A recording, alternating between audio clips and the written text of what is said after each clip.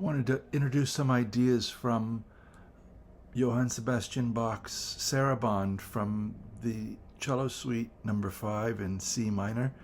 I've transposed this to E minor to make it a little more guitar friendly and give us the use of our open E string since we don't have an open C string. I've also then included some inversions of E minor, A minor, F sharp 7 to B7, 3 different sets.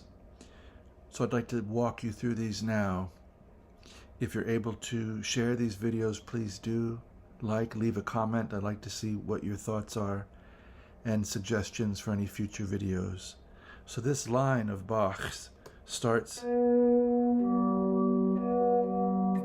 can hear E minor, so B and G, and then we get D sharp and E. So in a single line sense, this is E minor, B7, or D sharp diminished. So that one note, D sharp, stands for D sharp diminished or B7, and then up to E, which is E minor again, and this C to me sounds like A minor. So this line encodes E minor, D sharp diminished, E minor, C.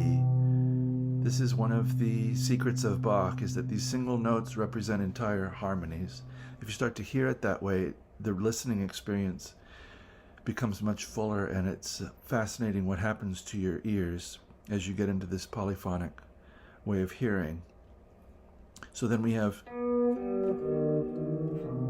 our first phrase.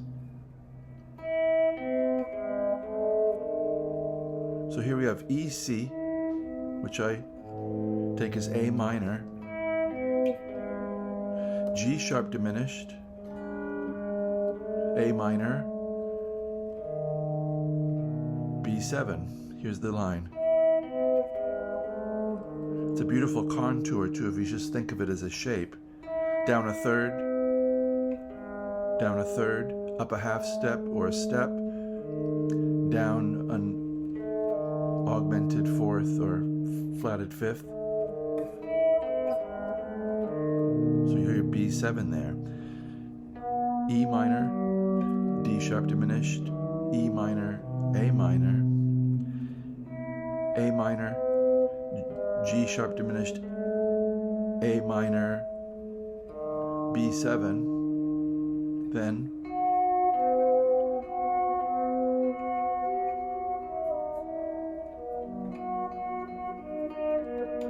this F sharp,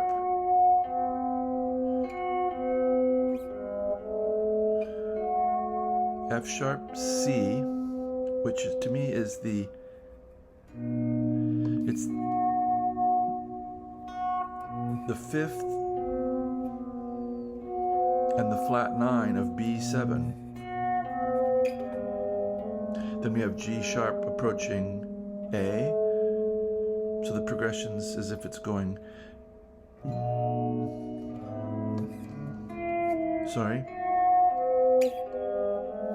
to B7. Here's the phrase again.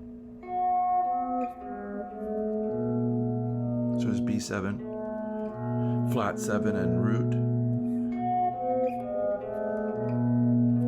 octave B, reaffirming B7, and then our final E minor, D sharp diminished, E minor, low E.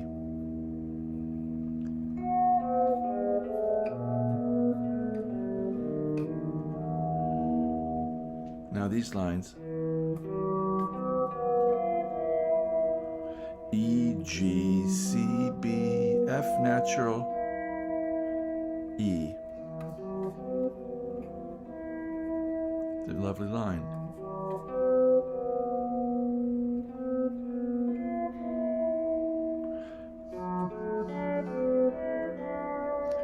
This is a contour I've dealt with before in a lesson, extending extending a phrase up and down through a key.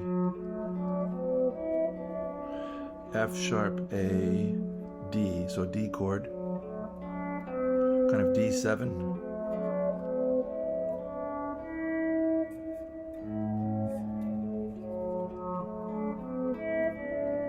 F sharp, A, D, C, E, D. Then we walk back down. C, B, F sharp, G, D. F sharp, G's. So that's the first section of the Sarabande in C minor from the Fifth Cello Suite. Then I added some chords. E minor in first inversion, G, E, B, 10, 9, 12. So the purpose of this is to show how near we are to other chords that are in the vicinity and very important to the key. So E minor, 1 minor, by raising each of the outer voices up a step in the scale, we get A minor, G, E, B, A, E, C, 12, 9, 13. Then if we go 9, 9, 12, that's the suspension, down to A sharp here, 11th fret, this is F sharp 7, sus. This is the 5 of 5, so I wanted to be clear about this. E minor is 1 minor, A minor is 4 minor, right? E up to A is 1 to 4. Then F sharp has notes outside of the key of E minor, so this is the 5 of 5. Sets up quite an unexpected sound because suddenly E minor has given some of its power over by allowing that A sharp note, and that A sharp note is the leading tone of B. It makes B sound like home, just as we had G sharp making A sound like home and D sharp making E sound like home. When I say home, I mean one.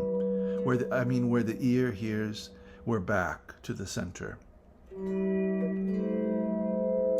F sharp 7 sus. First inversion B chord, D sharp B, F sharp B, 11, 9, 11, 12. So that's one cycle of 1, 4 minor, 5 of 5, 5. Here's another one.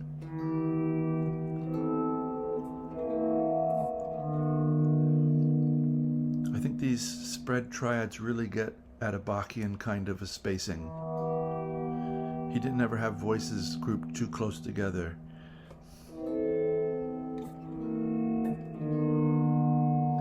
If you like these sounds in particular, I would recommend you to Bach's 4th cantata, Christlag in Todesbanden, cantata number 4. It's full of this kind of harmony. It's quite beautiful. So here's E, B, G, 7, 9, 8. A minor over E, second inversion. E, C, A, 7, 10, 10. Now we're going to get F sharp 7 in third inversion with the 7th in the bass, flat 7 in the bass.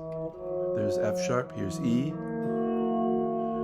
So we have E, A sharp, F sharp, 7, 8, 7. We've come from, this is a nice move to come down from. And then some contrary motion. 5, 1, 5 of 5, 5. So here's F sharp 7 over E.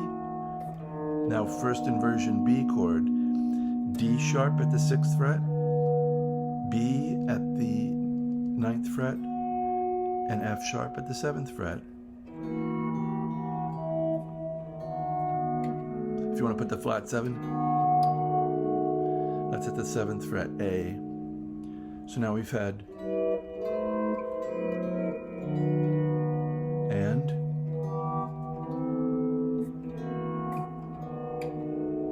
now we're going to have one last one. So now the shape that we used for A up here becomes E minor over B. 2, 5, 5, B, G, E. So pure E minor chord in second inversion. Second inversion means the 5th is in the bass. Now these swap A minor first inversion over C. So 3rd in the bass, minor 3rd. C, A, E, 3, 2, and 5.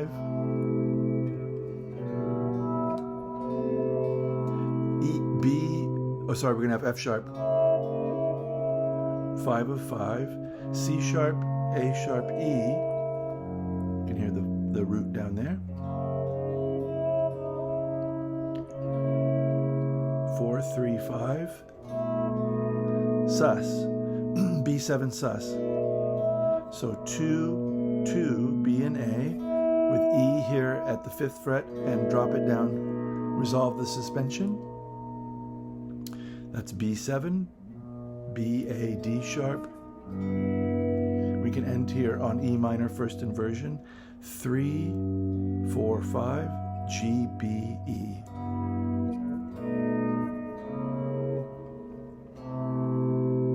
That was running those chords backwards. We could even go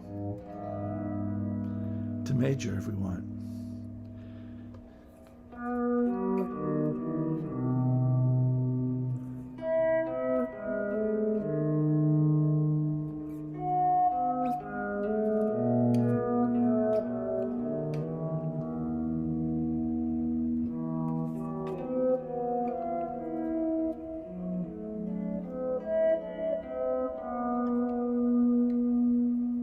Hope you've enjoyed this.